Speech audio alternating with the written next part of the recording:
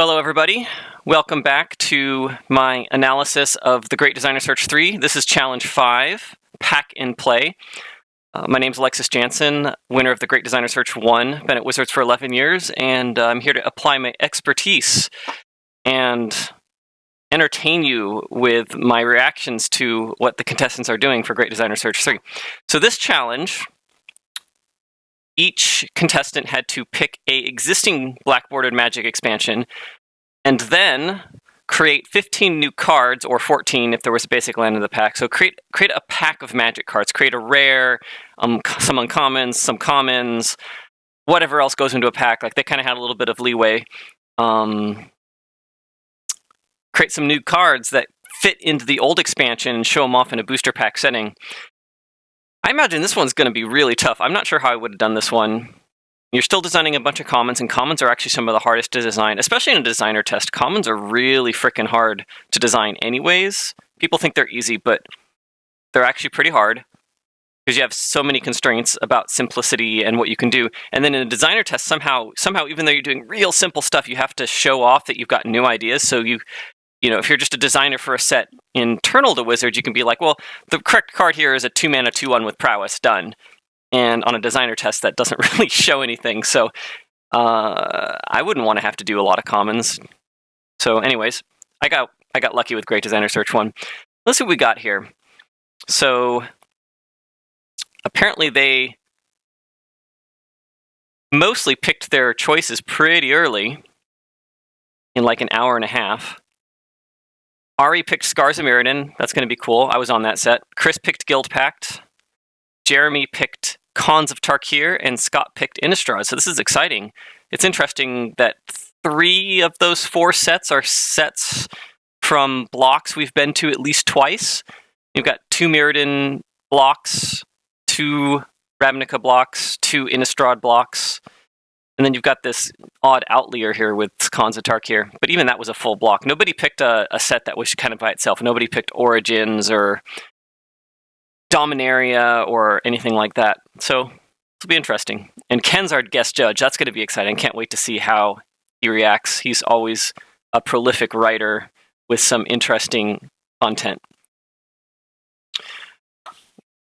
Would you find it easy to produce an extra pack for a set you personally worked on? Asks Pasture Chat. I think it might actually be harder, because what am I going to do that I didn't do the first time? You're just going to triple and quadruple think yourself. That would be hard. It might be easier in some ways. You certainly would have a really intimate knowledge, so you're not going to make a lot of the mistakes that some people might make. So, as an example, Mark Rosewater mentions here that Eric, Melissa, Ken, and I worked on numerous of these sets. So we're going to be able to find very specific mistakes that, to be quite honest, would be hard for the designers to pick up. And that's true. Like, if I were to design another 15 cards for Dragon's Maze, for example, I would not make a lot of mistakes that a less experienced designer might make, just because I was there, and I was there to make the first mistakes, and I'm not going to make them again. But knowing that means I would have so much narrow design space. So I don't know. It'd be interesting. Anyways, I think it's 9:05 or 7:05. I think it's time to start. Let's do this. Let's start with Ari. Ari, who won last week's contest. Let's see what we got here. Challenge number 5 for Ari. And he picked Scars of Mirrodin. I'm going to skip over the notes unless I see something. I don't see anything here that's really leading us anywhere. Okay. Design 1, Basic Mountain. I forgot they had to put a basic land in the pack, so I love the comments. I prefer forest myself. Really, a mountain? No, I think it's hilarious that they made them put a frickin' basic land in. Like, what is that actually doing? All right, moving on. Design 2, Leonin Entangler, a common for 1W, creature, cat warrior, 2/2, Metalcraft. Whenever card name attacks, if you control 3 or more artifacts, you may tap target creature. Pretty simple.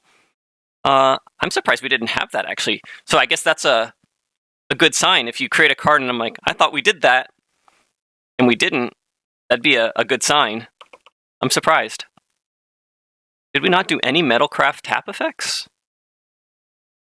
I don't have a whole lot else to say here. So you've got a common, it's very similar to the dinosaur from Dominaria, from Ixalan, and it's a 2/3 for 3 that does this. This is a little bit more aggressively costed, so it means you're going to be attacking with it more productively on turn 2, and then it turns on later. Yeah, that's cool. Good job. Very simple, clean card, fits right in the set. Design number 3, reconfigure common U. Instant. Exile target artifact or creature you control, then return that card to the battlefield under its owner's control. Interesting. So it's a blink effect, but it can target artifacts. I don't think we've ever done that. We've done blinks for creatures all the time. Do we do blinks for, like, permanents in general? I feel like we've done blinks for permanents other than creatures, but maybe we haven't. Chat is saying ghostly flicker hit creatures, artifacts, and lands. Hit lands? Really? We did a blink that hit land? It must have been only your own lands. Okay, so I'm sure we've done things similar to this space. I mean, obviously, being in Scar's block, artifacts matter here. You've got artifacts that could be recharged, like Tumble Magnet, things like that. It's a pretty simple effect. I like it. It is a little bit weak. A single blink is pretty weak. I'm surprised there isn't like a little bit of something else going on here. Maybe make it a cantrip. But sure. And it's only you control, so you can't use this for anything too crazy. This card fits, though. It's nice. Bit of synergy. There's a few comments that are interesting here that Mark specifically points out that we like to line up our flicker effects, and Glimmerpoint Stag in the set flickers till end of turn, and you should match that. But I don't know. I thought the difference between white and blue flickering should be different than that. That's maybe my personal opinion, and maybe not the actual color pie. But if I were to try to distinguish, I would try to get to a point where we distinguished white as one type of flicker, probably till end of turn, because that's more appropriate for what white wants to do. It can be used aggressively, and blue for flicker instantly, which is more in line with what blue wants to do. It's more tricky. It's more like a counter spell. I think we should do that. I don't know if that's actually a thing that Wizards is trying to do, but I think that would make a lot of sense. That's probably what I'll do for my cube. So anyways, he also caught the cantrip thing. I would have made it a cantrip or something like that. Cool. Design number 4, Vidalcan Archivist. Common 1/U creature, Vidalcan Artificer, 1/3. Whenever an artifact enters the battlefield under your control, target player puts the top 2 cards of their library into their graveyard. We're just hitting all these nice, simple designs that totally make sense. I mean, it rewards you for doing a thing you're going to be doing in that set. It takes a slightly different attack. I think the main problem with this is that Scars of Mirrodin already had an alternate way of winning with Infect, and that was present in blue. I think it was in every color, actually. Maybe not red. But the point being, like, you already had this alternate path to victory with Infect, and so putting a third alternate path at common's a little bit weird. I probably wouldn't want to do that. Most sets have mill effects, but I wouldn't necessarily want to make that the thing that you wanted to do in a draft. And if you pick a few of these, it's going to be pretty crazy. Maybe that's okay. It is a pretty good reward, though. I was going to say this, but it's pointed out here that Artifact Fall and Metal Hookcraft are kind of a little bit different, and it's kind of weird to have both of those, but I don't know. Still some cool, simple designs, it's good stuff. Design 5, Darksteel Slash at common. 1B instant, target creature gets +1/+0 and is indestructible until end of turn. Okay. This is the first card that I don't really see off the top of my head how this fits into the set specifically. I guess indestructible. It makes Darksteel is only an artifact thing, though, so that doesn't work for me. That's a little bit weird for me. I don't think I like that. I would have preferred it be something like target creature gets +2/+0, and if it's an artifact, it gets indestructible. It's also a little bit unfortunate that indestructible combined with infect is kind of a weird experience, so I don't think indestructible makes sense in this set unless you also prevent damage or remove all -1/-1 counters or something like that, because if I keep my infect creature in, your guy's going to die even if it's indestructible, and that's exactly not what we want to do. Yeah, this card misses on a number of different angles, and it just doesn't really feel right in the set anyways. It doesn't feel like a card I would expect to see in the set. And yeah, Mark's like, Darksteel is for artifact creatures. Withstand Death was in the actual set, says Double Fried. The real designers make the same mistakes that amateur designers make. We just pretend like we know better in the long run. It even says right on the card, on Mirrodin, every conflict ends in either death or Darksteel. That's hilarious. This card is completely the opposite of what I would want. All right. Where were we? Design number 6. Ishsaw Walker. At common. It's a 2B. It's a creature horror. It's a 1/3 with infect. Creatures with -1/-1 counters on them can't block a card name. That's interesting. So, a little bit weird for a common, but it's not untenable. You've got this theme where if my infect creature doesn't kill your creature, like you block my 1/1, kill it, but your guy gets a -1/-1 counter, but you can't block this one, so you slowly die to it. Still a little bit weak. 3 mana for a 1/3. Pretty weak, although I mean it has infect, so it's kind of technically a 2/3 when it hits your opponent. That's still pretty weak. Yeah, this feels really weak. Even if it just said it was unblockable, that's not that big of a deal. Like blue had 2 mana for a 1/1 unblockable, if I remember correctly. It's not very exciting, which is fine. You can have underpowered cards. It does seem like a mechanic that we would try a little bit more broadly, like creatures with -1/-1 counters just can't block. We did that in Shadowmoor with Kolrath Knight. That was pretty cool. I see where they were going here. It just doesn't quite come together for me. It's both a little bit weak and just a little bit weird for a common. And not really what I would be expecting from a black card. I would expect something a little bit more power focused. Make it like a 2/1 or a 3/1 or something crazy like that, and let this evasion ability actually come up and matter and be a reward that you actually have to work for, because otherwise I'm working for this reward and it's not really much of a payoff. I still just get through for 1, which is not that hard to do in this set. Yeah, I just don't like the payoff. Payoff isn't big enough to make it worth trying to jump through this hoop. Let's see, design number 7. Oh, there goes my numbers again. Design number 7, Junk Heap Explosion, common, R, sorcery. As an additional cost to cast card name, exile an artifact card from your graveyard. That's a little bit weird. I don't think there's any of that going on in Scars. Card name deals 4 damage to target creature. So it's a Flame Slash. It's just worse than Flame Slash. Flame Slash with an additional cost. So, I mean, I'm sure it's fair. But this is going to be really hard to... Like, you're not going to be able to use it on turn 1 or 2. You're going to be able to use this on turn 5 or 6 after you've managed to get an artifact into your graveyard through normal trading and normal sacrificing and things like that, which is a pretty rough ask for a common. I don't think this is going to be on often enough for a common. I would expect it more to be like deal 2 damage, exile an artifact to deal 4, maybe. Tap an artifact or exile an artifact from graveyard or play, or some way to use this when it doesn't turn on naturally, because that's going to be a really hard thing to do, because Scars wasn't a graveyard set, so it's not a naturally enabled thing here. And even then, when I jump through all that hoop, I'm not getting a card that's ridiculous. I mean, Flame Slash is really good, but it's still just fine. It's still fair. I like where they're going with this. I'd want to look into seeing if that's a thing that we want to do more of in the set. I guess you don't want to do too much of that. You don't want a lot of cards that exile cards from your graveyard, because they kind of work against each other like Delve. So if you did this ability, I'd want to do it on just 1 or 2 cards and find the right spot for it, and I just don't think a common removal spell is the right spot for that. I think that's the big problem here. Tied a really interesting condition that I would have expected to see on 1 card to something that you don't want it to be with, your normal common removal. Yeah, I like the idea. I don't like it on this spell. I think that's my verdict.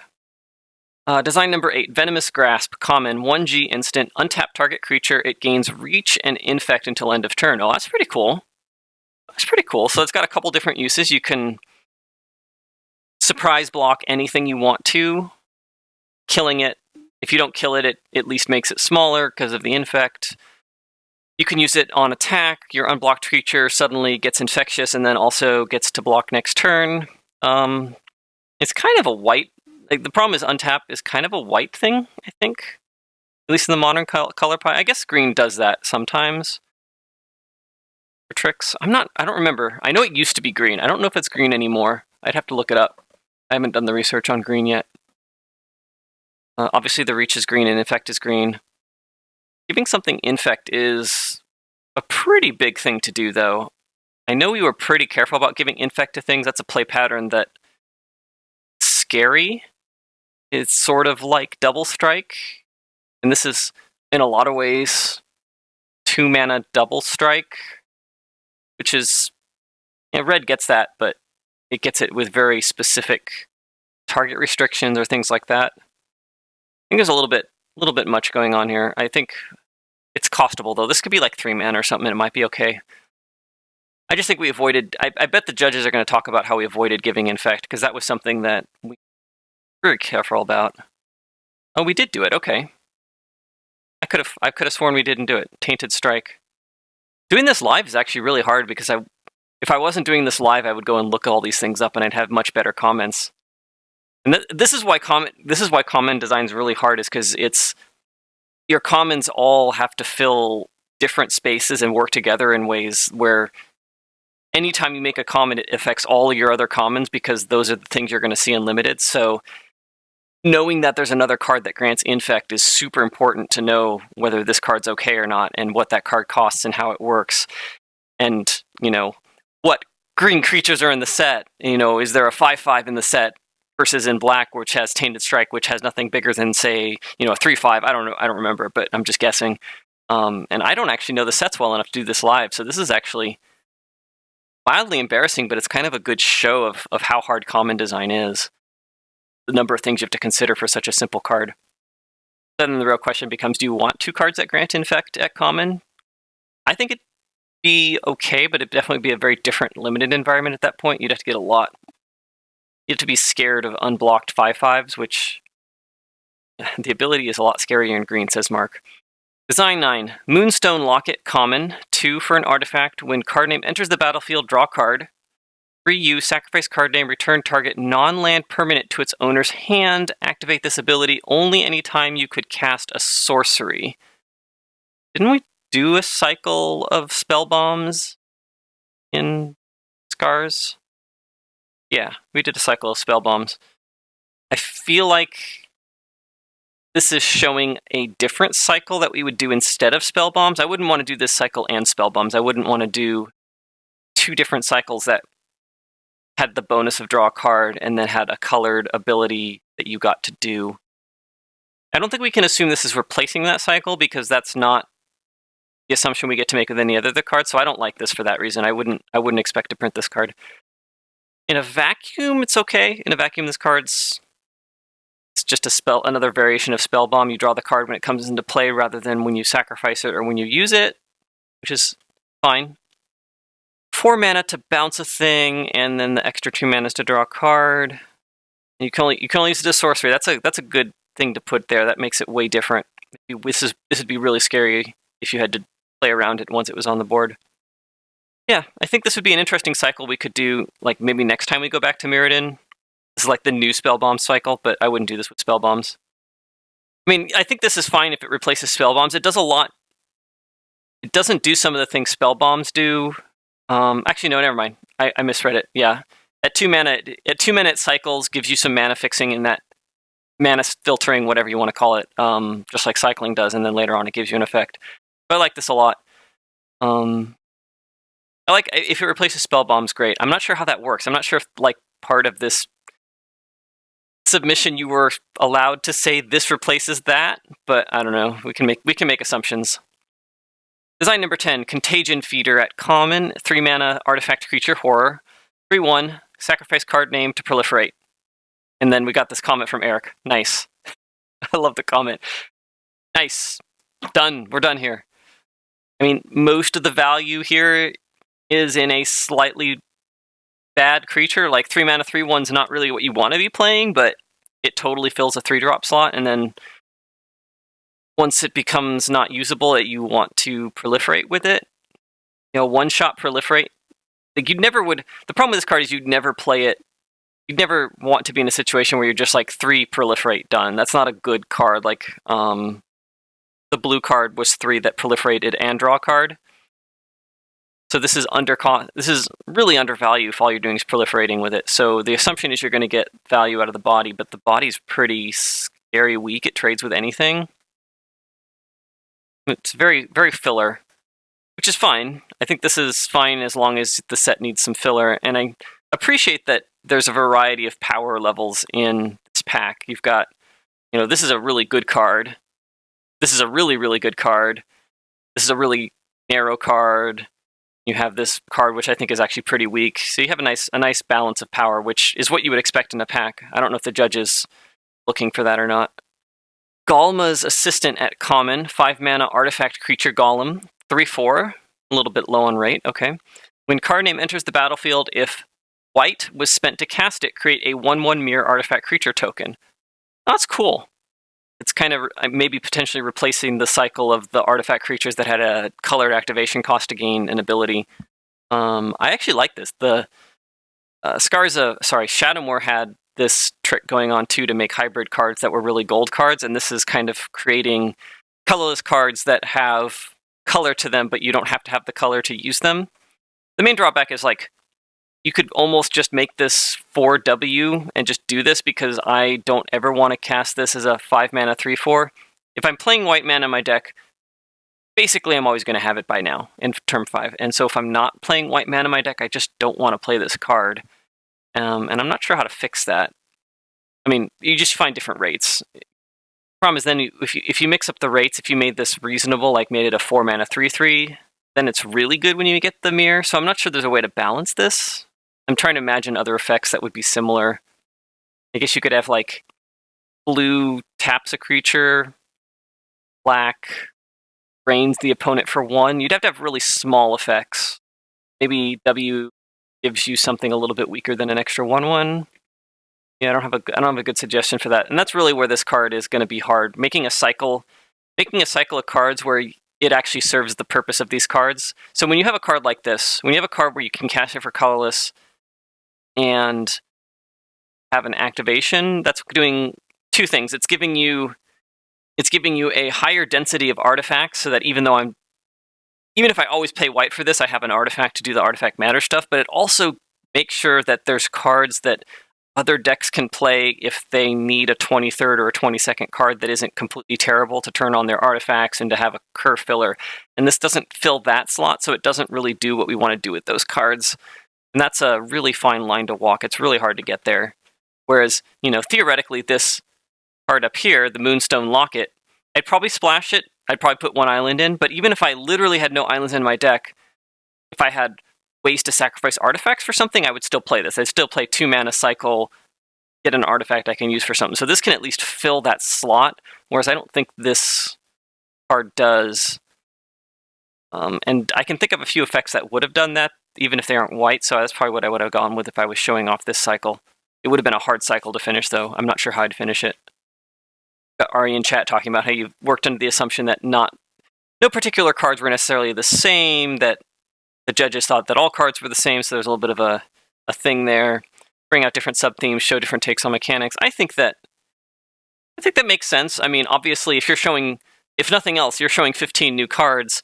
We don't just randomly increase set sizes by 15 cards. You'd have to take 15 cards out. So I think it's a reasonable assumption. I would have probably talked about it in my notes. Maybe you did. I haven't read the notes yet.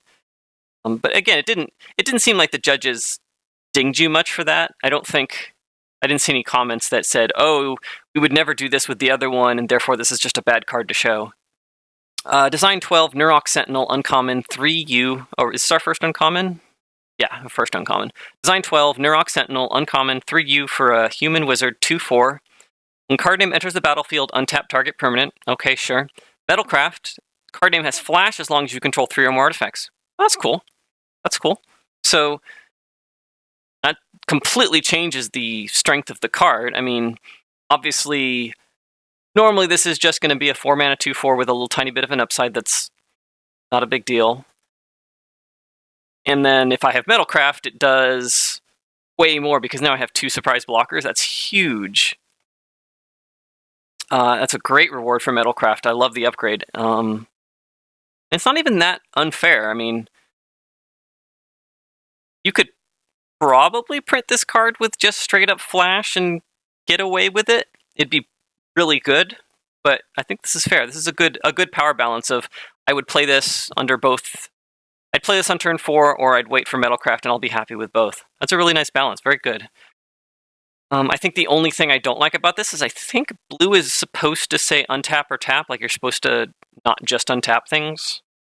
I think white and green untap things, and blue is supposed to always give you the twiddle option in the color pie. I'm not 100% sure on that. If we still do straight up untap on blue. Yeah, like Mark says. Okay. Although, he's right, you could have just made this a green creature, and it would have been fine. But the design's really cool, though. I really do like this card. Design 13, Blighted Slith. I almost said Sith. Got away with it. Blighted Slith. I know what Sliths are. Let's see if this lives up. Uncommon, GG, creature, Slith. 3/3. Oh my god. GG for a 3/3. I bet this is going to get smaller. Card name enters the battlefield with 2 -1/-1 counters on it. It's not what I expected, but okay. Infect, and whenever card name deals combat damage to a player, remove a -1/-1 counter from it. Sweet. So we've got some really cool Amonkhet design space ported back over to Scars of Mirrodin in a way that totally makes sense. You don't want your infect creature to grow out of scale, but it's still getting bigger is cool. This is nice. I don't know what else to say about this. This is a really good combination of technology from a couple different sets to create a package that makes a lot of sense to me. And also the callback to the slits from the original Mirrodin is really cool. I don't know if it's balanced. It's really hard for me to evaluate this card. I have no idea how good it is, which is cool. I like that too. I don't think it's bonkers. It doesn't seem bonkers, but it seems really good. Yeah, I like this a lot. And I like its combat damage to a player rather than anything like the original slits. Yeah, it looks like Ken thinks it might be a little aggressive, but I don't know for sure. I also don't understand this comment. I really like your change to 3/3 from 4/4. Was there a bonus round where you tweaked your cards? I don't remember. I don't know what they're referring to there. Design 14, Firelance Gauntlet, another uncommon. 2 mana for an equipment. Equipped creature gains vigilance and haste. Sure. Whenever equipped creature attacks, if it's an artifact creature, card name deals 3 damage to defending player. Okay, and it's equipped 2. I don't really know how I feel about this card. Oh, wow. So what if I put this on like an infect creature? That's insane. I don't know. I haven't really evaluated the vigilance and haste part. That seems a little bit underpowered as a 2 mana 2 equipped card by itself, but the dealing 3 damage is insane. I put this on like an infect creature, and I just bolt you for 3 infect damage? Wow. That's to be an artifact creature, so that's a narrow gap. I don't like that, actually. Now that I think about that, I don't like... The obvious thing to do with this in the set is to put it on an infect creature, but now I have to look for an artifact infect creature. That's really jumping through 2 hoops. I don't really like that. But maybe it's too good to just make it go on any infect creature. I kind of wish this line had been the default, and maybe this line was the artifact hoop. Or frankly, you could have just had whenever a creature attacks, it deals 3 damage to a defending player, and just been like, that's the thing it does. That could have been cool. I think this is just a little bit too odd. But I do like this. I like this. I don't think we have anything like this. I like this concept a lot here. I don't know if it's fair about this. So in a lot of ways, this is kind of like making it +3/+0 and trample, and that would be insane. Equipped creature gains vigilance, haste, trample, and +3/+0. That's insane. And obviously it's not quite that because it doesn't work on defense, but yeah, the more I think about it, the more I think this is really overpowered for an uncommon, or maybe at all. I would have tried to find a way to do this thing in a way that goes with all infect creatures and make that the thing the card's doing and try to make that balanced. Try to figure out what the play pattern of this card is going to be. Figure out what your players are going to want to do with this card, and then figure out how to make that the right thing to do with this card and the fun thing to do with this card rather than all these other things it's trying to do. Oh! Ari's called out that it's the equipment does the damage, which makes it more like +3/+0 than it does for an infect creature. Okay, well, so now we're going to go in that's a completely different direction then. Yeah, that's completely different, because now infect, it's actually terrible with infect. It's an equipment that's only good on non-infect creatures. I mean, you can still put it on an infect creature, but now you're racing 2 different angles, and you're not getting the biggest benefit of the damage. I still think it's probably a little bit too good, because in my non-infect deck, it's kind of like 3 keywords and +3/+0 a little bit of a stretchy way. Now I got two things I like. I'd like to see the infect one. I'd like to see the one that makes the infect creature deal the damage, but I'd like to see a version of this that maybe isn't quite as crazy. Design 15, Isochron Staff. Here's our rare, and it's got the word Isochron, so it's going to be cool. I just know that. 2 mana for an artifact, Imprint. If an instant or sorcery spell would be put into your graveyard as it resolves, instead exile that card. Let's assume that works. I don't know if it works, it's a little bit weird. So anytime I cast a spell, if it resolves normally and doesn't exile itself, I put it here. 5 tap, copy a card exiled by card name twice, and cast those copies without paying their mana costs. Put that card into its owner's graveyard. Okay, so it's not like you... Okay, so basically every instant or sorcery I cast eventually gets cast 3 times instead of once for an extra 5 mana. Wow, that's a lot of value. Holy. And it's you started at 2 mana, so you don't need the value up front. You can play it on turn 2, cast your bolts and your counter spells. Well, maybe not counter spell. Your cool spells, your bolts and your time walks, and then 5 mana and tap to bolt you 3 times total, or bolt you 2 more times, or to like take 2 extra turns. Most of our time walks exile themselves, that's an interesting catch here. The would be put into a graveyard means that any spell that exiles itself, which is pretty much all our time walks and other broken cards like that. Still, this is crazy. I have no idea if this is even remotely balanced, but it's a cool card. I really want to play this card. I like this design a lot. This design plays with Imprint in a way that feels very Mirrodin-like. It does a thing that feels very Mirrodin-esque. It's a sort of Johnny-esque artifact that's got a spike power level. Mirrodin's full of that stuff.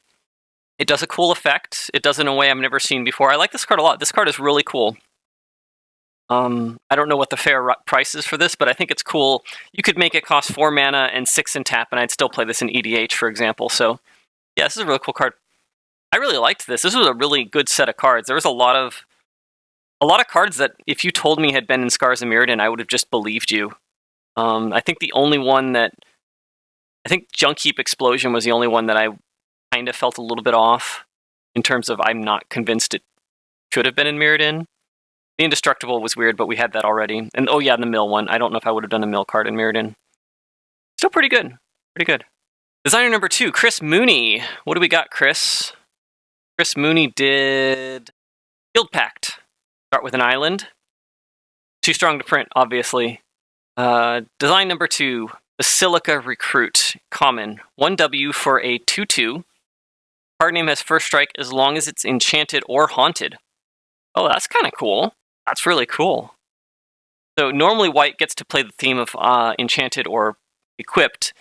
This is kind of going in a slightly different direction and batching enchanting and haunting together, which are very similar. They're very much my creature has sort of a magical ability hovering over it.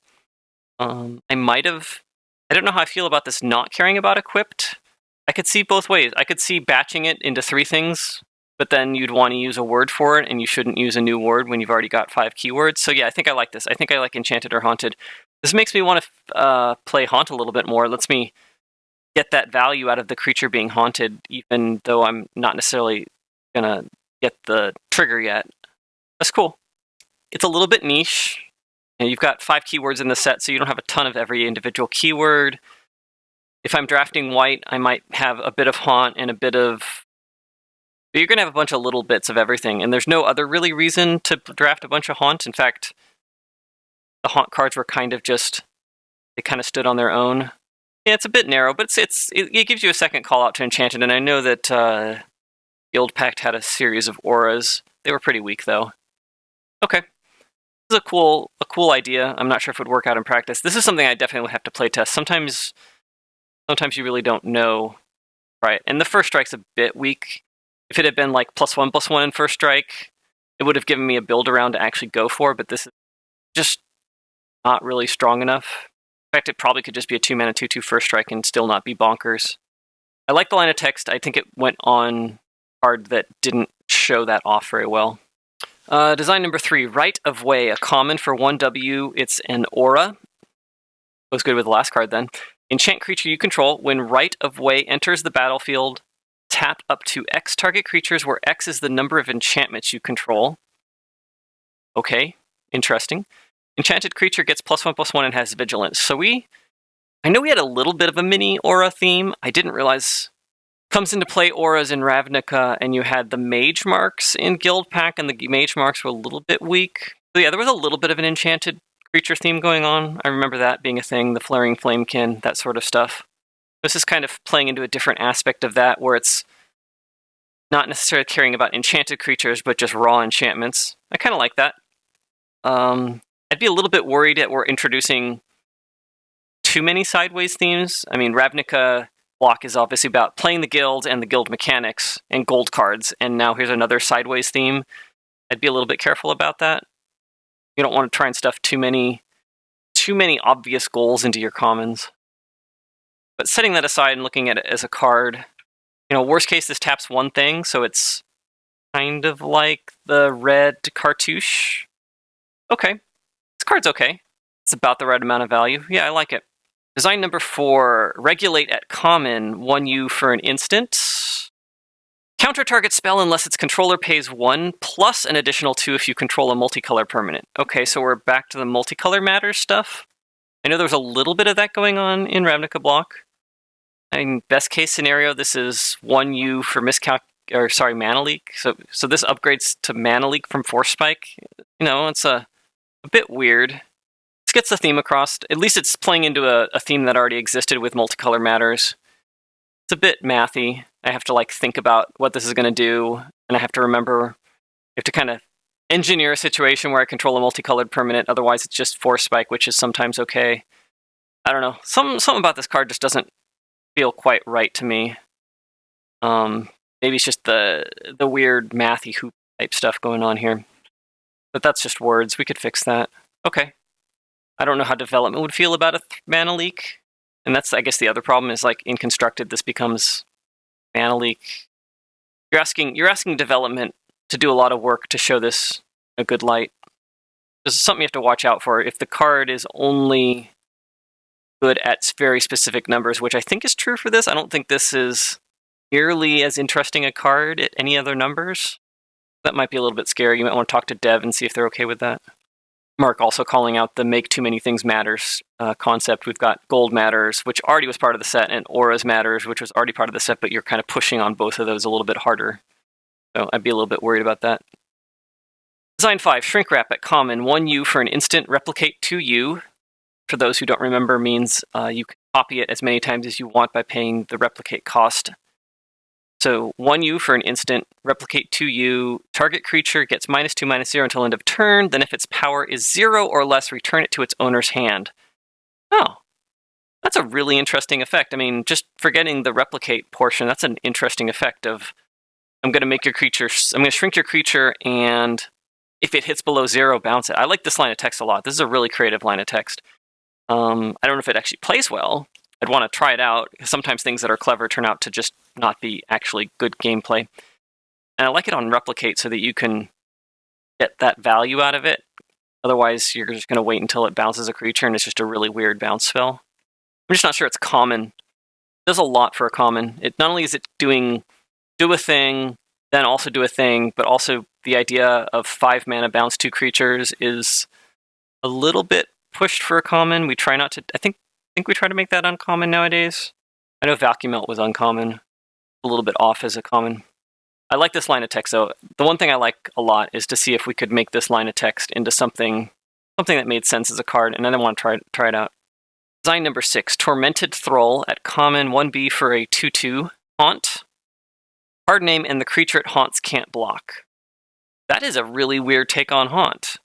That's very different from what haunt did. It's kind of in retrospect, maybe an obvious direction to take haunt, but all the other haunt cards were more like you get a second trigger out of a spell, and this is more like bestow, kind of a weird reverse bestow in this case. I like this a lot. You got your 2/2 for 2 with a downside, but then dies and you enchant your opponent's creature and it can't block. That's pretty cool. Is that black still? I don't think that that's really more like a red card. I guess black gets creature can't block on its own card, and red gets your creature can't block. It's a little bit weird. I don't know if there's a good place to put this. I'd buy it. I'd buy it as a bend of the color pie, given that Haunt was black and you'd want to put this in black. Yeah, I like it a lot. I like this a lot. This is really a really clean, really simple way to show off the Haunt thing. The main thing I'd be worried about is now we've got what directions are we going to take this in? If we have this plus the Haunt versions that do the trigger to cast the spell again, and then maybe versions of this that are upside, so creature at Haunts get +1/+1, like you've got a lot of stuff going on there, and they don't line up. But I could totally see doing this instead of the spell triggers. That would be my main concern, is I'd want to do this instead of spell triggers. But assuming that, I think this is a great direction to go. Design number 7, Scab Clan Slinger, common, 1R, creature, goblin warrior, 1/1, bloodthirst 1. So it's either a 1/1 or a 2/2. When card name enters the battlefield, it deals damage equal to its power to target player. Okay, yeah, that's an interesting little puzzle. So it's, if I have Bloodthirst turned on, it's a 2-mana 2/2 that deals 2 damage to my opponent, which is great. That's a really good card. Nice and clean. We could theoretically print that. A bit above the curve for red at common, but whatever. And then otherwise, if I need to turn on my bigger Bloodthirst cards, I can cast this just to hit my opponent. So that's a neat little backfill. I think the main thing is I would ideally want that to be like 1 mana at that point, and I'm not sure there's a way to balance that. 1 mana, 1/1, deal damage to my opponent's a fair card, but getting a 2/2 out of that would probably be a little bit much. I don't think there's a way to balance that. Maybe that's okay. Maybe that means the reward worth it, because Bloodthirst was not trivial to turn on. Maybe you could do it as a 1 mana, 1/1. Maybe it always does 1 damage. I'd be interested to see if that was doable. If I was designing this card, I would ask development if I could make it a 1 mana 1/1, and if that would be at all possible. Might have to be an uncommon. I like where you're going with this. Design number 8, Hexhide board at common, 3G for a 3/2 boar with Bloodthirst 1. Spells your opponent's cast that target card name cost X more to cast, where X is its toughness.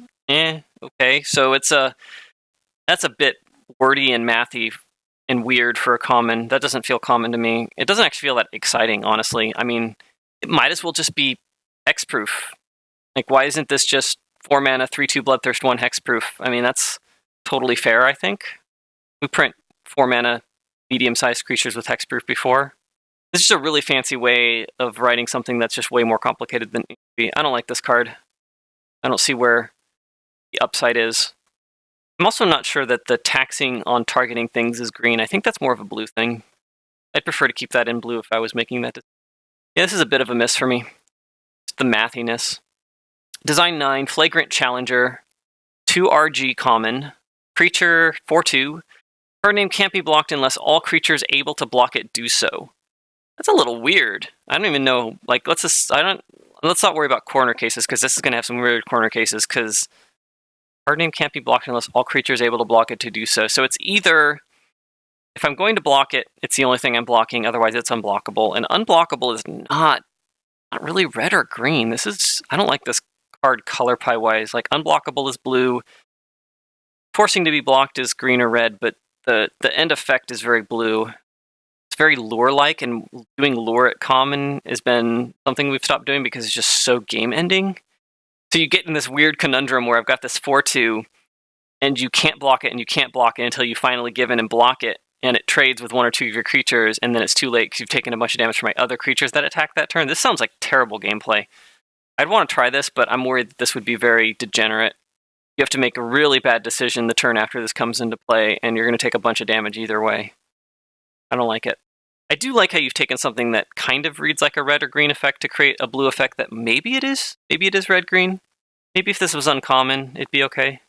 I'd have to play it, but I don't like where this is going. As a common, at least. Design 10, Goblin Prodigy, common, UR, creature, goblin wizard, 2/1. Tap and sacrifice to exile the top 2 cards of your library. You may cast those cards this turn.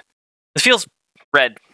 It doesn't feel, I mean, it's blue because it is blue, and it's blue because this is a multicolor set, but in any set other than Guild Pack, this would just be red. This would just be a red 2/1. Maybe it would cost 3 mana instead of 2, but this ability of drawing 2 cards and being able to play them immediately is red. That's impulsive draw. I think you can get away with making it blue. It's obviously blue can draw cards. You can get away with getting it to be gold in a gold set like this, but I prefer my designs to not feel like they could exist in one color. I know we do it differently all the time.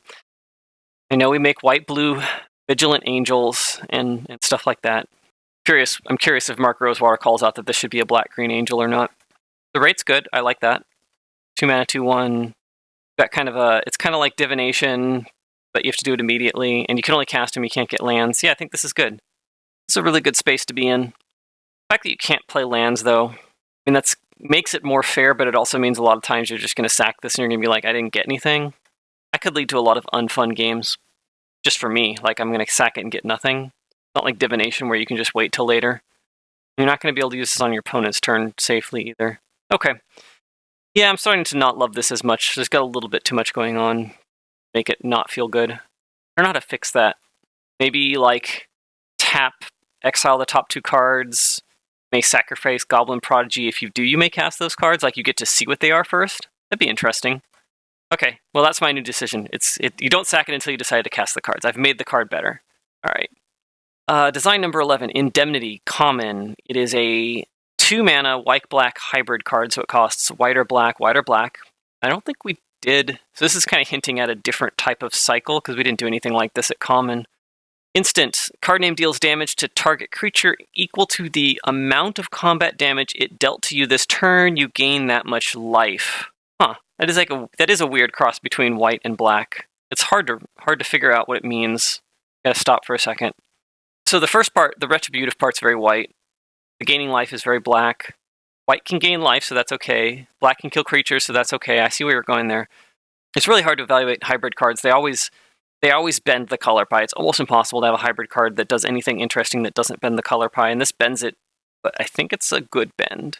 Very clever design. I like that. I think it's mostly just hard to understand. Once you figure out what it does, I think it's a cool card. Design number 12, Dutiful Debtor, uncommon, 5 mana, so 4 and a white, for a 3/3 creature, Haunt. Whenever card name or the creature it haunts deals combat damage, you gain that much life. Okay, so this is a haunt space I didn't even talk about. This is a haunt space where you might put it on your creature or you might put it on your opponent's creature. And it doesn't give lifelink, because lifelink you'd only want to put on your own creature, and that would be clear, but this is like Spirit Link, which we don't do very often anymore, because it's a trigger, so I die and then I gain the life and I'm already dead, which is a really confusing area we try to stay away from.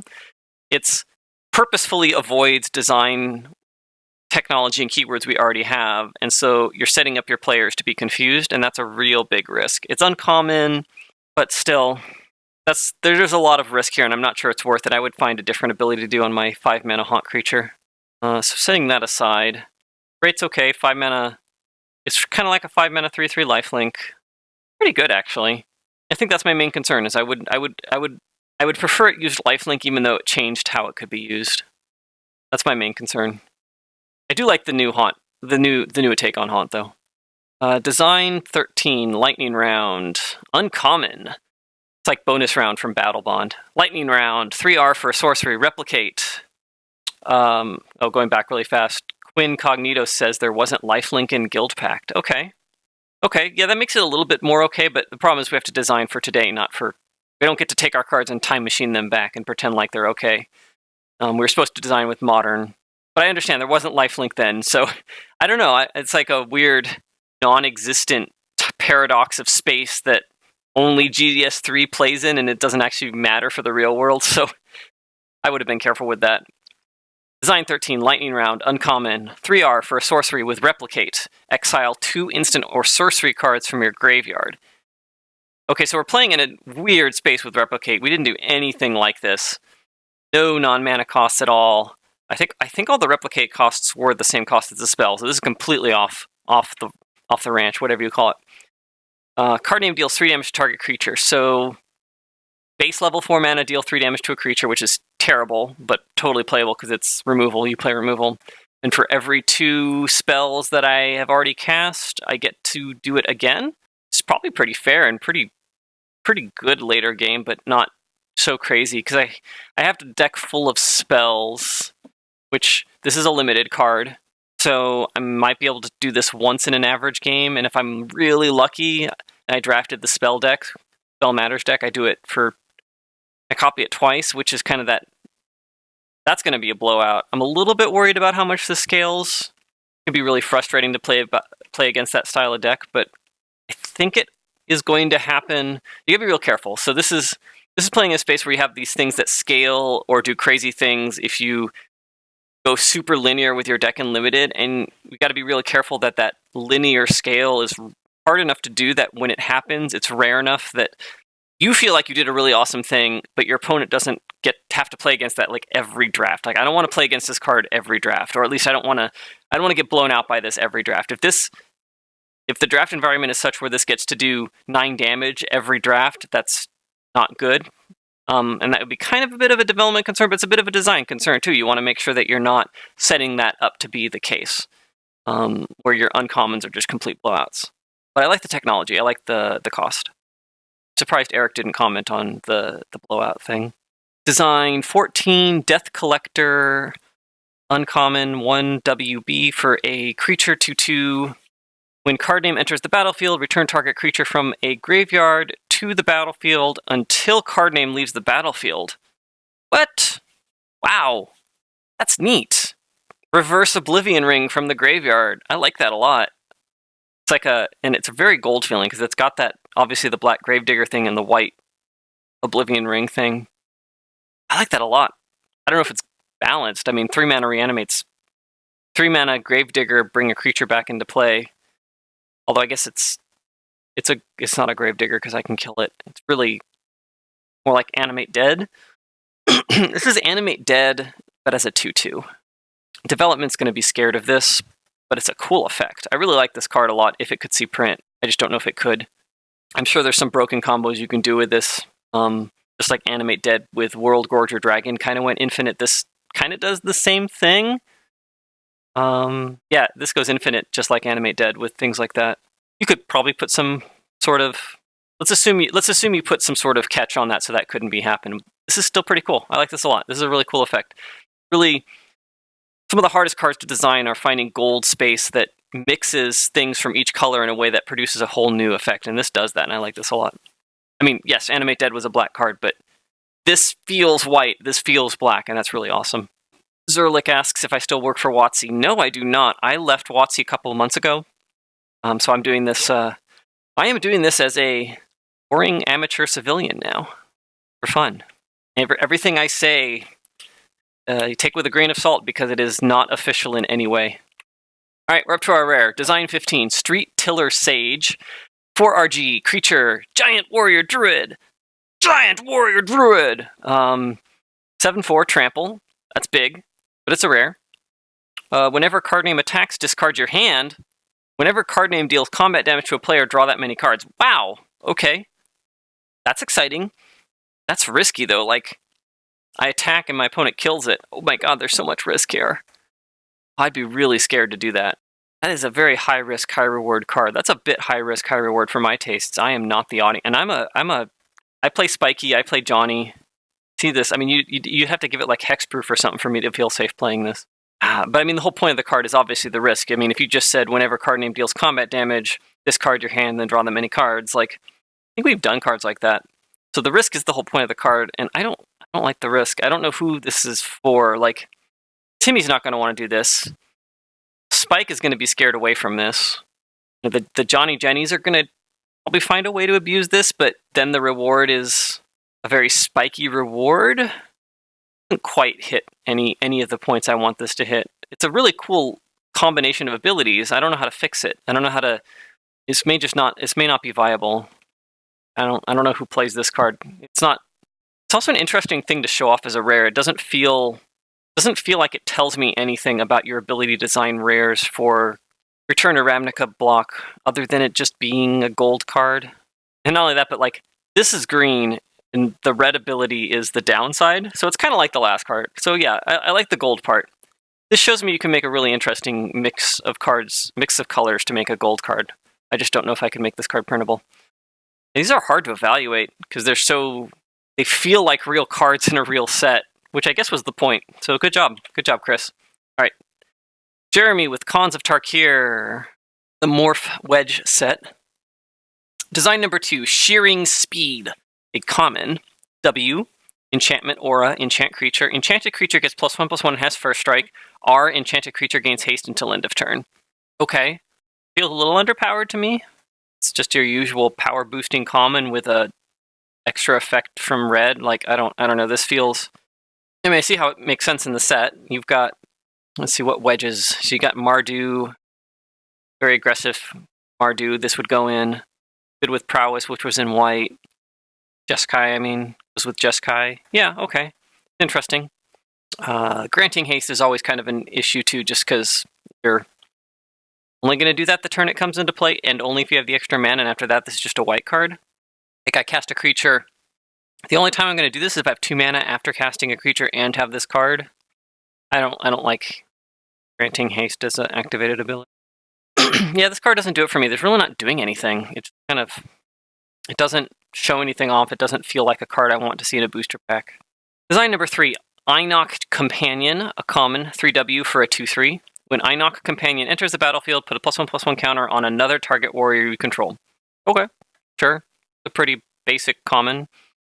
Warriors were a white-black thing, so fine, sure. This card's fine, and it seems about balanced. That's the thing you'd want to do. Feels like a card that if it had been in there, I would have believed you. Good common. Maro has a comment about Threshold 0. So it's interesting. Threshold 1 is, I have to have one other warrior, and Threshold 1 is the appropriate place for commons. You want your commons to work, only needing one other card of a given type so that you don't have to... So it turns on in draft more often, and it's not too complicated and doesn't scale too much. But you also want Threshold 0, where the card works fine without anything. And if this had been able to target itself, it would have been Threshold 0. But I don't agree that this should be Threshold 0. I think it's more interesting as Threshold 1. We do both. We did both of those in Ixalan Block. You made Merfolks where you needed another Merfolk for it to be good, or it just worked with itself. I think this is better as Threshold 1. Design 4, Taigam Studies at common 2U instant, draw 2 cards. That's pretty good. Okay. Then discard a card unless you exile 3 cards from your graveyard. This is kind of like a weird Delvey type thing, but it doesn't say Delve, and it can't say Delve. And it Delve, you can't put this in a deck with too many cards of its nature. I like that the discarding a card builds up the next use of this and the use of Delve cards. Okay, I'm starting to be okay with that. The 3 mana draw 2, discard a card is pretty common stuff we do these days. This is just a little bit off for me too. I don't feel like I'd want to put something that's like Delve but not quite Delve. Especially at your common, you don't want your commons to mislead you into thinking that something is a theme that it's not, or something is a different way of doing something. You want to be very consistent. You want Delve, Delve, Delve. You want Delve, kind of Delve, sort of Delve. So I don't like this. I don't like how this misdirects players from what the thing normally doing is and how it works. I mean, this card is fine outside of that, though. This card is totally fine in a set where Graveyard matters and you're not doing Delve. Design 5, Aven Sky Tracer at common, 4U for a creature bird monk. It's a 3/2 with flying. It has Morph URW. So we did a cycle of those at common, didn't we? We did the common morphs with the full enemy pair. Kind of in a weird space where it's mono blue normally, which is fine, and I can morph it for red, which is a little bit weird because red doesn't do flyers. But that's what we did. We did cards like that. I don't think we did anything in this block where you had a 3-color morph for a monocolor card, though. Yeah, we didn't do anything like that. We did 3-color cards that also morphed for the 3-color cost. So that's a neat take. I like that take. So you can actually play this in any deck that has blue, and you don't get to morph it, or you don't get to unmorph it at least. And you can play this in your Jeskai deck and get it out a turn earlier if you pay the morph cost. The reward's a little bit underpowered of a reward because you're spending 6 mana over 2 turns instead of 5 mana. A little bit hard to understand the morph cost here. Why wouldn't I just pay the 5 mana? It's cheaper than 6. Obviously, you can do it turn 3, turn 4, but that's using up a lot of time. But I like the space. I'm surprised we didn't do anything like this. I like what this hints at. I'd want to see the rest of the cycle, and maybe this one just isn't as big of a discount as the rest. I would have expected maybe like a 7-mana green creature that has a 3-mana morph, so you can cheat it up early. Payoff's just low. Design 6, Salt Road Bandit, common. 2B for a human rogue. 2/2, card main can't be blocked by face-down creatures. Interesting. Is that a black thing? It feels kind of like a blue thing. It definitely feels like a blue line of text, and not necessarily because there's a lot of precedent for it. It just feels blue. Sometimes you just got to go with feel. Blue gets unblockability. Black gets more like harder to block, and this is more like unblockability than harder to block. It's more specifically those things can't block me than I'm harder to block because of a thing that you have to make a choice about. I would have just expected this as a card, and assuming it was a blue card, it's just an interesting line of text. It doesn't really tell me anything greater about the set. It's just a thing. What if it would also have been interesting on like a 2-mana 2/1, just to kind of be the aggressive counter strategy. Like, what deck is this going in? What deck am I going to play this instead of a morph? Because you've got to keep in mind the structure of the set. You've got these 3-mana creatures. You can always play a 3-mana 2/2. Everyone's playing 3-mana 2/2s because of morph. And so a non-morph 3-mana 2/2 is a really hard sell because I'm already going to get that. And this ability doesn't really do enough to make it worth it.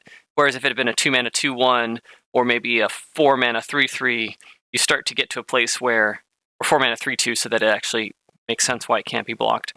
You get something you actually could see playing, because your 3-drop slot's the one you don't need anything in. That's the part I don't like about this. 4-mana 3/2 also would have solved some of these other problems about it not being something you'd ever want to block.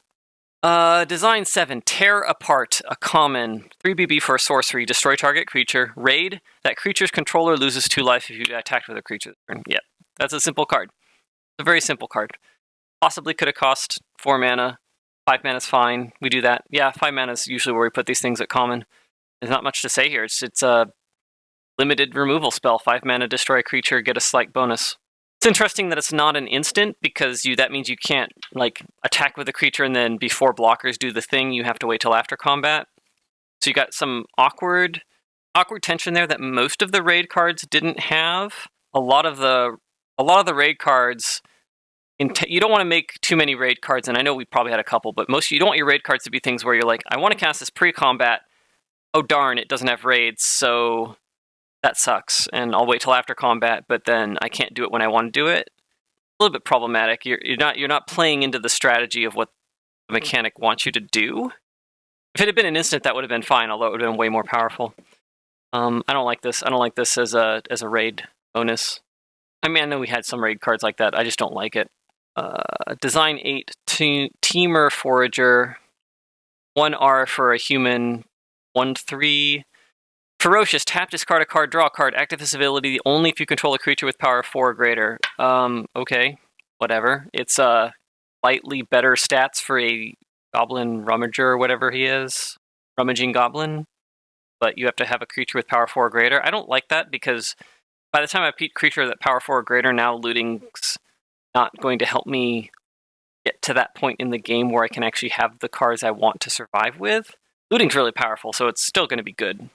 Yeah, the more I think about this, the more I actually am okay with that. The more I'm okay with it being just a 2-mana 1/3 early on, and then you have to do the thing to turn it on, so it's not always on, so that it's not as powerful as it would be. I'm just afraid this is going to be frustrating. Like, I pay this on turn 2, and I can't discard my cards to get land or discard my extra lands, and I have to wait until I've finally drawn a 4-power creature to do it.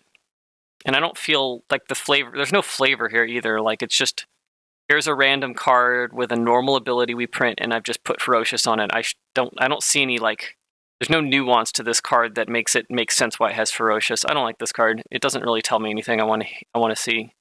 Design 9, Hidden Strength, 1G common, instant. Target creature gets +2/+2 until end of turn. If it's face down, it also gains indestructible until end of turn. Interesting. I mean, blue-green definitely had the face down matter stuff going on. I like that.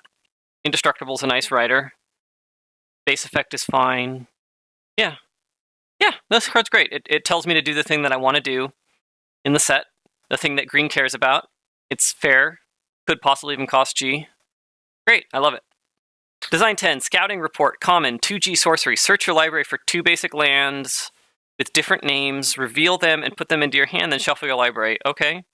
We do cards like this. This is a little bit different. This is definitely telling me to do a thing I want to do in a multicolor set. I'm going to generally want to get a couple different colors of lands anyways. This doesn't accelerate. Wonder if this could cost 2 mana. I'd want to try this at 2 mana. I would have been aggressive and tried this at 2 mana because it doesn't accelerate and only gets basic lands. Yeah, I don't have much else to say on this card. It seems fair and balanced. I'd probably want to try it at 2 mana to see if it would be interesting and maybe even constructed worthy, but still fair because basic lands, you don't accelerate. Looking at the chat, yeah. Well, we'll see. 1G draw 2 is obviously really good, but if it's 2 lands and it's always like it's guaranteed it's going to be 2 lands, I don't think that's unfair. I mean, take something like Cultivate, which is 2G, and it's draw 2 cards, and you also accelerate at the same time. And that card's fine. It's good. It's really good, but it's fine. So if I don't get to accelerate and it's 1G, I think that's fair. That's totally fair. Oh, that's interesting. I didn't catch that. Yeah, having a mana-fixing green common is something they purposely avoided so that you wouldn't be able to play soupy 5 colors. Thing is, I played soupy 5 colors anyways. I drafted this set. I just drafted a bunch of gain life lands and morphs, and I played 5 colors, and it was fine. As much as they tried to avoid it, it happens anyways. Oh, and he calls out at 1G in another set. So yeah, I like the design, though. I think I want to see this at 1G. Design 11. 3 section staff at common, artifact equipment, 2 mana. Equipped creature gets +1/+1. Whenever you cast a non-creature spell, untap equipped creature, equip 1. 2 mana, equip 1, gets +1/+1, and whenever you cast a non-creature spell, untap equipped creature. Okay, I don't really understand what this is doing in the set. I mean, I understand it's kind of pseudo-prowessy, but that's weird for an equipment to care about.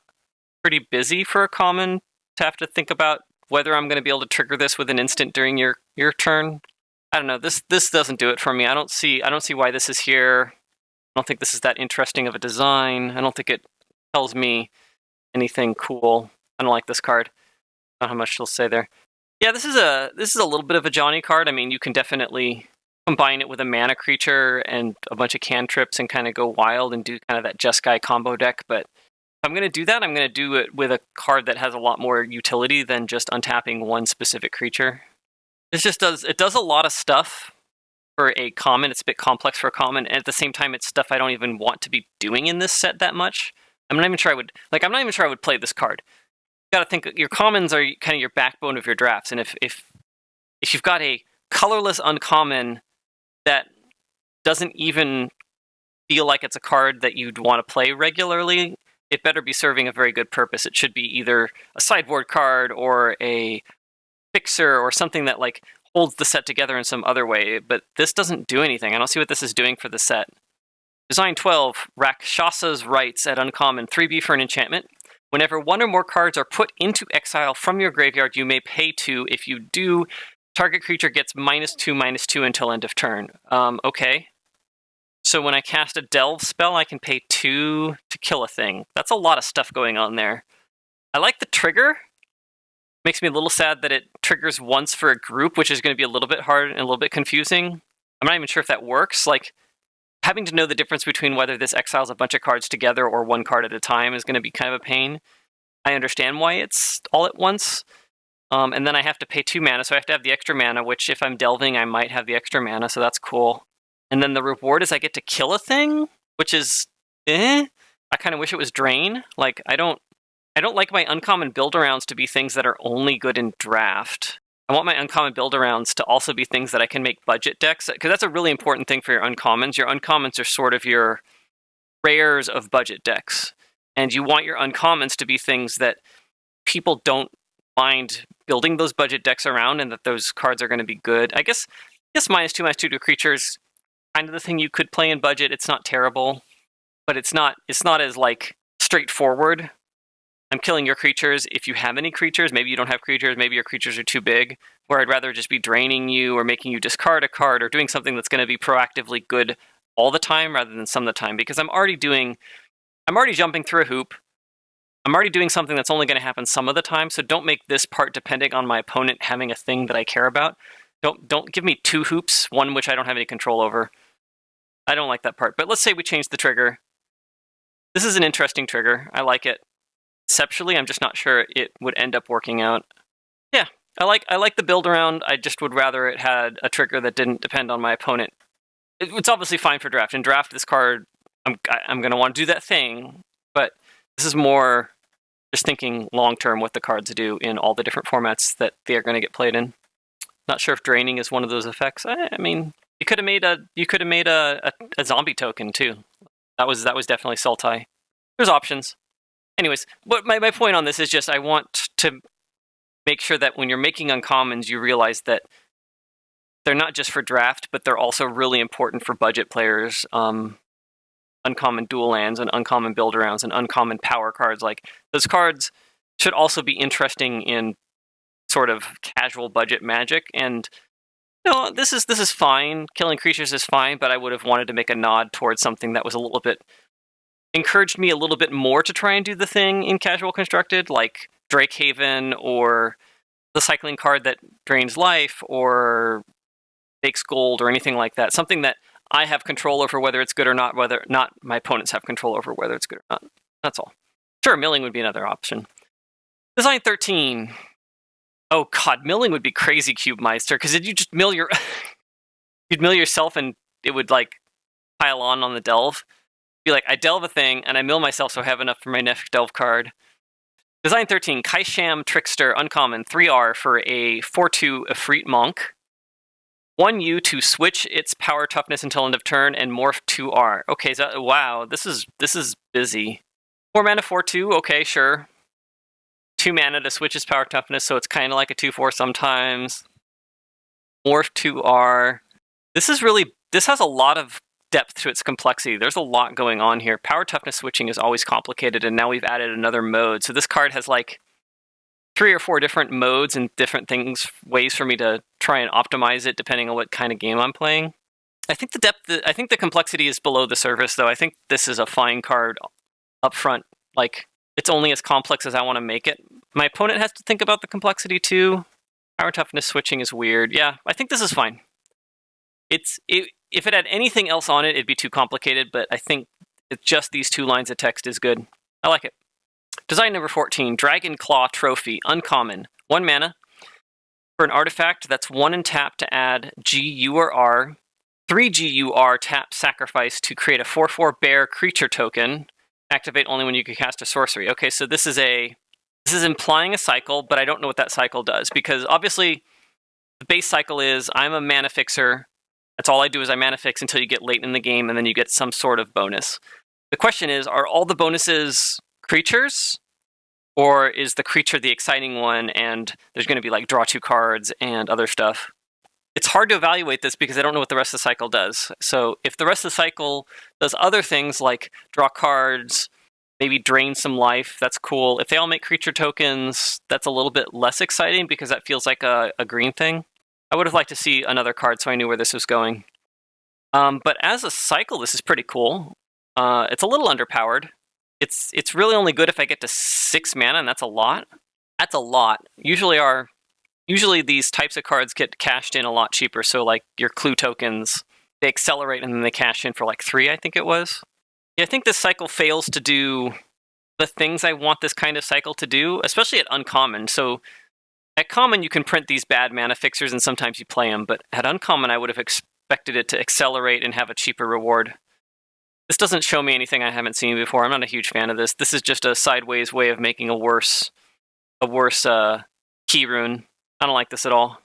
I wouldn't be surprised if we printed something like this, but I don't personally think it's interesting. Make it common, the rate's weak, etc., etc. I don't like it as an uncommon. As a common, maybe. Design 15, Vengeful Ancestor, Mythic Rare! 2 WBG for a spirit. It's a 1/4 with Outlast. What? Outlast 1 WBG? That's an expensive Outlast. Whenever you activate Vengeful Ancestor's Outlast ability, exile target creature with power less than or equal to Vengeful Ancestors until Vengeful Ancestor leaves the battlefield. Okay, that's confusing. Like Eli says, like it'll trigger in a way where it'll look at the power before the Outlast. Let's assume it meant to be triggered afterwards. Let's assume that the goal was that I get a 2, and then a 3, and then a 4. I can see why the Outlast is 4 mana. This is a really expensive and multicolored Outlast, which is kind of neat. We didn't really do any of that, if I remember correctly. It's kind of like the angel from Ixalan that could exile things by exerting. Pretty good rate. Just starts out slow. Oh, and it's not optional. Oh, that's terrible. That's terrible. I can't build it up to get to some. Oh, that's terrible. I would not. This needs to be optional. That's a big miss for me. There's no reason for this card to have that level of drawback to force me to hit my own creatures or whatever. Let's say you fix that and fix it so it hits a 2 first. Then it's pretty cool. The problem with that is then it doesn't feel green at all. Like, there's no reason this card is green. There's nothing green about this card at all. It's barely white. It's barely black. Like, it could just be white. This could just be a white card. Why isn't this a white card? So I accept multicolor design when you kind of feel obligated to put a second color on to make it fit, but this is 3 colors and there's nothing black or green about it.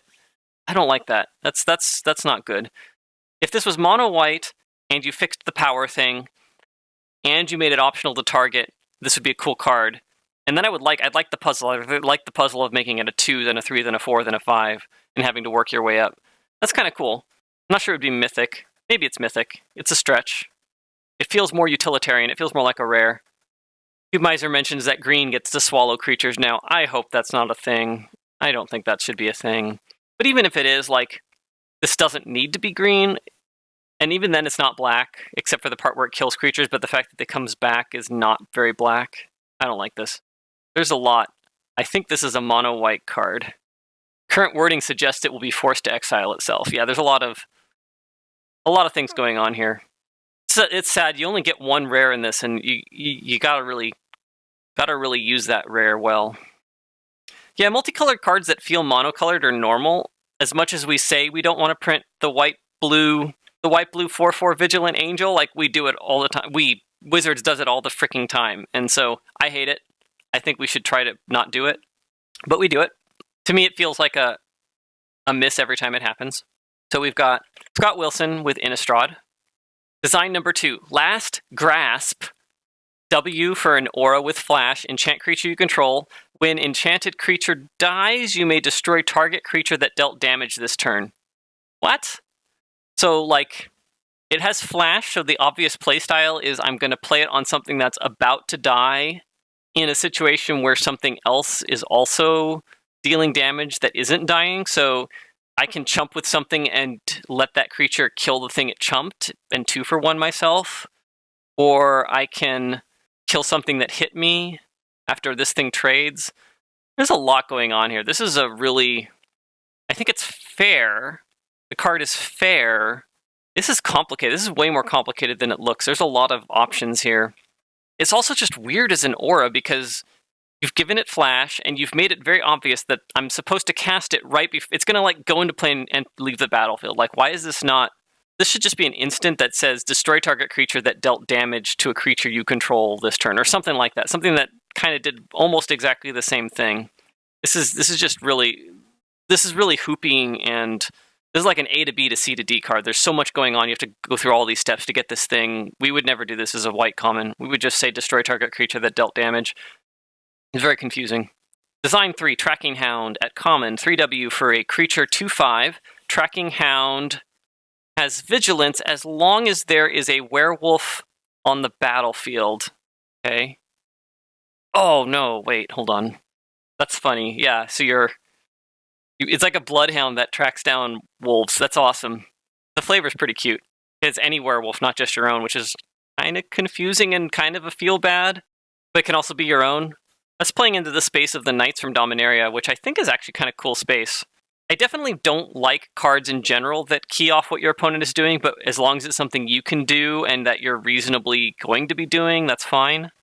I think that's an interesting space. I think we should play with that more often. I like where this card is going for that. If this was just a 4-mana 2/5 Vigilance, yeah, and the reward's not crazy either. This would be fine as a 4-mana 2/5 Vigilance straight up. It'd be a little overpowered, but it's not ridiculous. Okay, I like what this is hinting. This is hinting that we should do things like that more often, where you trigger off a thing your opponent might be doing, but that you also could reasonably do, as long as the bonus is reasonable. I like that. We try to avoid printing cards that pose your opponent, the cards that you would main deck and are at various power levels based on what your opponent might randomly be doing or not doing, because it's just a feel bad. It's a bad to have a card that says, if my opponent just happens to be playing green, that I get way more powerful, but I'm still good enough to put in my main deck, because that's just no fun. It's not fun for anybody. It doesn't feel good when you're the opponent. It doesn't feel good when you're the normal player and your opponent's not green. It's just super swingy. Yeah, I don't think we do that. Oh yeah, that one. If 5 islands on the battlefield total is playing more into the space I was talking about here, where it can care about your opponent doing a thing, but you could do the thing too, and it's obvious that you doing the thing is the best way to turn it on. Kind of like the Knights from Dominaria. I like the Knights from Dominaria. I like those a lot. I like the notion that you can turn it on, but your opponents can also turn it on. I think we should play if we're going to play in that space, I think that's the right way to do it. Design 4, Lab Assistant, common, 3U for a creature 2/2. When this card enters the battlefield, you may put target instant or sorcery card from your graveyard on top of your library. Okay. We've done cards like this. We did an Is It version of this in Amonkhet. It was a flyer. I don't know the set, but I don't feel like the set was super instant sorcery focused. It had flashback, but it's kind of like flash forward. And it goes with Deranged Assistant. It had a milling theme. That's right. So yeah, that's cool. No, I like this a lot. I like this better now that I've thought about it. Design 5, Trial by Drowning, common, 2BB for an instant. Destroy target creature. If it was a human, its controller creates a 1/1 spirit. White spirit creature token with flying. Blech. Blech. This is exactly the thing I didn't want to do. I don't like normally it's a murder, slightly worse than murder, but it's got this drawback that if your opponent's got humans that you need to kill, they get a spirit. So it's got that problem I was talking about where the card's value fluctuates pretty significantly based on what your opponent may or may not randomly be doing.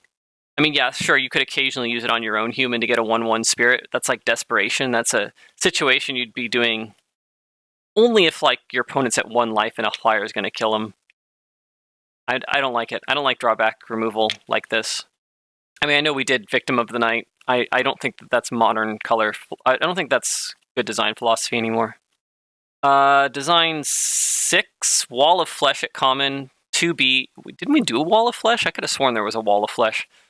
Wall of Flesh, 2B for a wall, 0/4 defender. Sacrifice another creature. Wall of Flesh gets +2/+0 until end of turn and can attack this turn as though it didn't have defender. Kind of gross. There's a lot of things going on here I don't like. I mean, sure, it's a defender early on, but that's an expensive cost to turn it on to attack. Sacrificing a creature is huge just to get that first attack in. It's not like Nantuko Husk where it's got a decent rate and then the sacking a creature turns it on better. And then it still has the Nantuko Husk problem of like, I turn it on, I attack with it, you're forced to block it, otherwise I sack my whole board and kill you, and that's never fun. This is like both really weak and also still has all the problems Nantuko Husk has. Nantuko Husk is a card that doesn't get printed very often anymore because of those problems.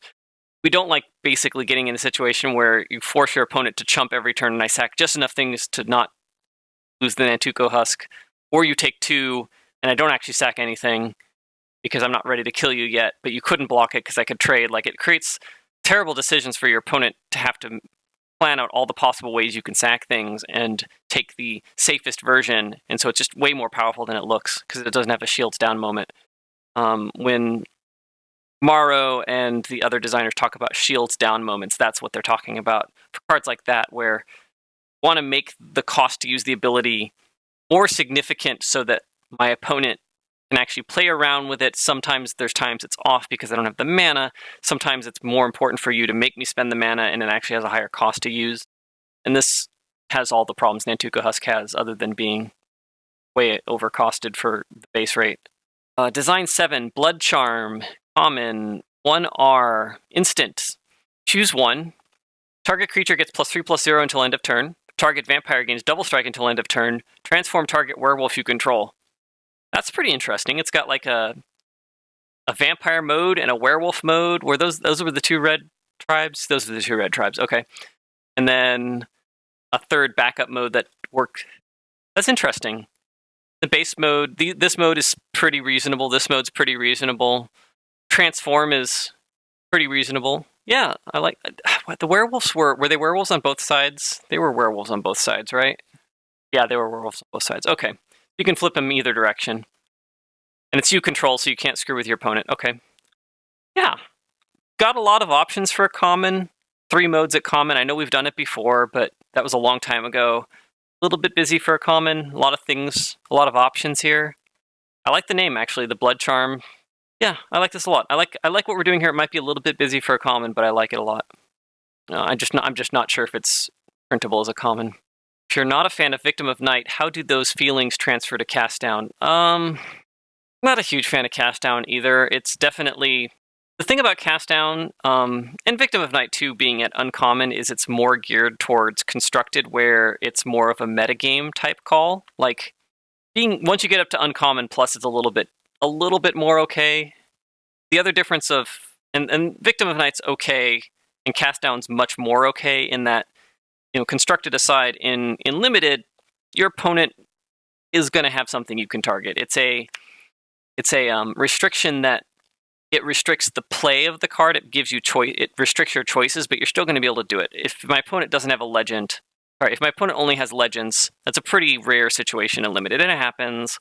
But it's not that. It's kind of like it's saying, destroy target creature that costs 3 or less. We do cards like that. Those are fine.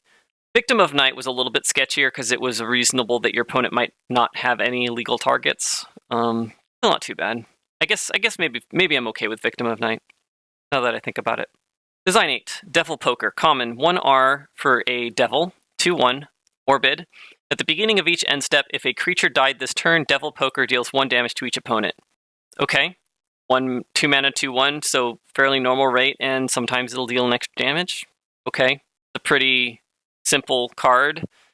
You have to remember it, but I see people talking about remembering this card at the end of turn. It's a little bit busy for common for that, but that doesn't bother me that much. I don't think that's a huge deal. Like, you'll forget it. I forget stuff all the time, and you just don't get the damage. Big deal. I don't know. Card's fine. It doesn't excite me. It doesn't tell me anything new. Design 9, Graveyard Salvage, common, 1G sorcery. Return target creature or enchantment card from your graveyard to your hand. Flashback 4G. Okay. Were enchantments a thing in Shadows over or in Innistrad? I don't remember enchantments being a thing. Were they a thing? So mostly it's just a creature? Why enchantment? I don't understand that. Yeah, there really isn't any specific enchantment theme going on here. That's just a random thing. That feels a little bit weird. I don't like that. I would rather, there's a milling theme, but I would rather it was like a land card. Enchantment just doesn't work for me. It feels completely arbitrary and random. If it was just get target creature back and flashback, sure, it's a little bit, feels more black than green to me. Obviously that's more of a black thing. If it said return target permanent card and then you could flash it back, that would feel green. That'd feel a little bit more logical. I don't like this card. It's a fine card. It's a printable card. It's just, I don't get what it's doing here. It doesn't feel like it fits. Weird color pie space. Design 10, Wolf Pup. Wolf Pup, G, creature wolf, 1/1. Wolf Pup gets +2/+2 as long as you control a non-human werewolf. Okay, so it's like a wolf that gets bigger if you've got other wolves. But why not other wolves? Why only werewolves? That's a little bit of a weird call-out to be specific about. Got a wolf that cares about werewolves, but not wolves. And obviously it has to be a transformed. I get that. That's a little bit of weird phrase, but I understand what it's doing. That's a reward that I would really like to try at common. I'm a little bit worried about the chain reaction that Eric's calling out about. Things losing toughness in combat is kind of annoying. Not a fun thing at common. I've won a lot of games against people who didn't quite understand that if I block their lord in mid-combat and their other creature and the lord dies, the other creature dies because now it gets smaller. I don't know if there's a way to fix this. Maybe if it just gave +2/+0. Sure, let's just do that. Make it +2/+0. It's a cool card then. As long as you take away the cascading death, I think it's cool. Design 11, Bind the Beast, uncommon, 2 UU, aura, enchant creature. You control enchanted creature. At the beginning of the end step, if you don't both own and control a human, sacrifice Bind the Beast. But, okay. It's control magic, and I have to have a human. Control magics, even with a drawback, control magics are just bleh. I think it's got kind of a cool flavor. I don't like the phrase you have to write here, and you have to write it so you can't steal a human and have the human control itself. I think I would have made it enchant non-human creature instead. I think that would have been a good way to do it. And that would have also been a little bit better flavor. That's what I would have done. Yeah, control magics are really awkward dangerous space because they're just really bonkers and limited, even when they're 6 mana. I mean, look at Dominaria. We made Control Magic at 6 mana in Dominaria, and it's still one of the best cards you can first pick. And the problem is they don't ever feel... It's hard to make a Control Magic that feels rare plus, but it's also hard to make a Control Magic that's balanced for limited and therefore belongs at uncommon, and so it's a space we got to be really careful about. And I don't think this card justifies its existence enough to make it worth risking making a Control Magic. I think if it said non-human creature, that'd be a good direction to start, but it's still a little too good. A little too frustrating to play against in limited. I would have stayed away from this space. Can you own one human and control another? Sure, I don't know. Design 12, Taxidermist. Oh, this is exciting. Is it going to make wolves into, like, dead wolves or something? I don't know. Taxidermist, uncommon, 4BB, creature, human, wizard, 3/3. When Taxidermist enters the battlefield, you may exile target creature card from a graveyard. If you do, create a token that's a copy of that card, except it has Defender and loses all activated abilities. That's a neat line of text. Defender and loses all activated abilities. I like that line of text. That's a neat... a slightly new way of saying that something's turned to stone or whatever. You know, this isn't turned to stone, but it's in that same space of, like, de-animating something. So 6 mana, you get a 3/3, and you get a Defender. But that creature might have other abilities. It might still be a Lord. It might still have, like, pump abilities or whatever. No, not activated abilities. So it just has static abilities. That's a little bit weird. Yeah, I feel like I would have just made it make an XX token with Defender. Just cleaner. Not as flavorful, though. But this is playing in a space where, like, if you're going to make it an uncommon, you need to go with the clean version that isn't super weird and complex and corner casey and powerful. You make the nice simple version that just makes the XX. If you had made it rare, like, this feels like it could have been so close to a rare, because this is a very Johnny thing. Like, my mind is, like, I'm thinking through all the things I can get back where, like, giving it Defender and losing activated abilities doesn't matter because the static ability is what matters, or other things I can do with it. And I like that. That's really cool, but I think it would have made this a rare. Reanimation is kind of in that space, again, like Control Magics, that at uncommon, you got to be real careful because it's broken and limited if you do it wrong, and at rare, it needs to be really cool or it doesn't feel rare. Some dangerous space. Some dangerous space Scott's playing with here. It feels really close. It's just not quite there. I would have either gone for the simpler uncommon or done the really weird rare. But I like it. It tells me some things that you could do. I definitely would try to improve upon this as a designer. Design 13, Curse of Arachnids. Uncommon, 4GG. It's a curse or a curse, enchant player. At the beginning of enchanted player's upkeep, each other player creates a 1/2 green spider token with reach. Okay, cool. It's not that much different from just making... It's just not that different from a 6 mana... Make a 1/2 every turn. I mean, I get the curses were more about flavor, but they tend to do a thing to the player rather than a thing to everybody else. The flavor's a little bit off. Like, almost, I want to make it feel connected to the player somehow. Like, maybe those creatures have to attack that player. I know it's a little bit weird, but I don't understand the judges. I like bringing back curses. Curses were in Innistrad. It doesn't feel like a curse to me. Curses, like, feel like part of what the player is. They feel like they're doing things to the player. This is doing something for me. Design 14, Vengeful Flame at rare, 3 ERR, creature elemental, 3/3. When you cast Vengeful Flame, wait, it's an elemental, it's called Vengeful Flame, it feels like a sorcery. That's weird. Vengeful Flame, 3 RR elemental, 3/3. When you cast Vengeful Flame, it deals 3 damage to any target. Oh, so when you cast it, so it does have a spell-like effect, okay. So you cast it, it does 3 damage over here, and then it comes into play as a 3/3. And then it has flashback? What? Okay. This is really weird. That's an interesting design. I think I'd want to know what else you're going to do with this. I mean, this is a single card. It shows off a new take on flashback.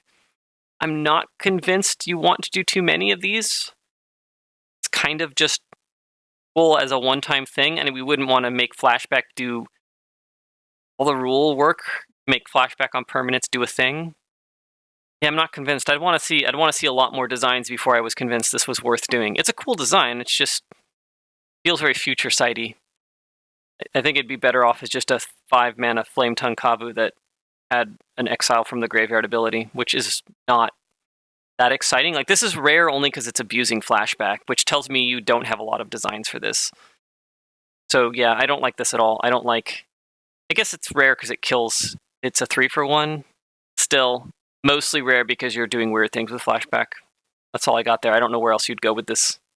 I like how Cube Miser says it. This is clever. I know how the rules work and I'm breaking them. Woo! We did a thing that's different. And it's cool to, like... Coming up with new ways to abuse existing keywords is cool, but you have to have, like... Either it needs to just work naturally, or you need to prove it's worth developing it for a group of cards. So, like, you know, Dominaria finally did legendary sorceries, and they did 6 of them. They didn't just do 1. They didn't figure out how to make legendary sorceries work and make 1 legendary sorcery. They made 6 of them, and I can't see a cycle. Like, this would have to be at least a cycle, and I don't know how that would look. Like, is it just a cycle of 5 comes into play creatures? So you have, you know, Acidic Slime, and Shriekmaw, and Moldrifter, and Glimmerpoint Stag. And that's not that exciting. Like, you're not showing me a bunch of different stuff you're doing. You're just... Or this could just make a token. It could say, deal 3 damage to any target. If this was not cast for its flashback cost, make a 3/3 token. Design 15, a double-faced card. Rare double-faced card. Innocuous Sprout, 3 GG for a plant, 0/3 defender reach. Whenever another creature dies, put a +1/+1 counter on Innocuous Sprout. Then, if it has 3 or more +1/+1 counters on it, transform it. Coniferous Carnivore. That's a tongue twister. It is a plant horror, 3/3 reach. Whenever Coniferous Carnivore attacks, put a +1/+1 counter on it. Then you may have it fight target creature defending player controls. Okay? So I've got a 5-mana 0/3. And then I have to kill 3 things. Well, 3 things have to die. They can be my things. And then it transforms. And now I've got something that's at least a 6/6. And then it attacks and fights things. So the flip side's powerful. The flip side's kind of like the blue horror. But the first side's a lot of work. And it's a 5-mana. Like, why is it 5 mana? I would have rather it been like 2 mana and maybe it takes 4 counters or something. Kind of like the blue card. This is really hard to do. Or just really expensive for a 0/3, really, is what I'm saying. I also don't like, see, this doesn't feel... Hold on. Are there actually transform cards that aren't werewolves in green? But yeah, all of the green transform cards were werewolves. So this is breaking that. And it's breaking it for a plant, which is kind of cool. Plant horror is cool. So there's a couple of sort of structural problems there. You sacrifice things, I guess, but I'm sacrificing... I cast a sacrifice a few creatures. Put counters on it, transform, get a 6/6 that gets to just eat a thing every turn. Okay. Just doesn't... It feels like a lot of work for a very Timmy-like reward. It's kind of... It doesn't line up, and that's, I think, the thing that's kind of bothering me about this, is the front side is overcosted enough that it's really more of a Johnny Jenny type reward. You want to sacrifice or kill your opponent's creatures, either one. Like, you're gonna try to figure out the most optimal way to do this, and then the other side's just a Timmy card. Or you could say the first side's a spike card, maybe, because you're killing things, and the other side's a Timmy card. Or maybe it's just a spike card at that point, but then it's not costed for a spike card. It feels like it's trying to be... It doesn't quite line up to be a card that I understand who wants to play this card. It doesn't resonate with me. Sean points out the fiddliness of, like, putting counters on a card, then you pick up the counter and transform it. That's a minor thing too. I noticed that. It took me a second. I had to know that. That's another thing, that you have to know that it keeps the counters, which is a little bit fiddly. You could put that as reminder text, though. Yeah, I think if this was like a 2 or 3 mana card and it was a very spiky card that sometimes Johnny played around with, that might be okay. I think that'd be okay. The trope's cool if you did it right. This card's growing on me if I just pretend like it's a little bit cheaper. Yeah, there's some good stuff here. This is a really hard round. There's a lot of good stuff. A lot of good stuff going on. There was a lot of safe content. But let's be fair, we're down to our top 4, so we've got, theoretically the best 4 certainly 4 of the better ones. They've had a lot of time to learn what the judges want to see, and yeah, the restrictions of this made it pretty safe. You were told to make commons. Commons are hard to make, but once you know how to make commons, it's hard to make really interesting commons as a sort of a designer show-off thing. And there's a lot of ways you can get commons that are wrong, but the ways they're wrong are usually minor. Like a lot of the nitpicks are like, this doesn't quite fit in this set, or this is slightly too much value for a common and it should be an uncommon. It's very rare you're going to design a common and they're going to say, this card's just not a good design. No one would ever print this card, but you can do that at rare. So if you're told to make 8 rares, it's really easy to get a bunch of cards that are kind of just not right. They're kind of off. It's hard to do commons that are just off. All the cards that feel off are more rare and uncommon. Thanks everyone for turning out, watching me babble about magic design. If you have anything you want to see, questions, whatever, throw them at Twitter, ask me about knife thrower problems, things like that. If anybody is interested in helping me figure out things like logos and animations and stuff like that, I'd love to hear from you because I don't have a lot of good options on that. It's not really my bolus. I'm not good at the video. I'm not good at the pretty stuff. I'm more with the analysis and content stuff. So I could use the help if you know somebody, especially for the stream too. Thanks for showing up. I love you all. It's been great talking. Thanks for showing up.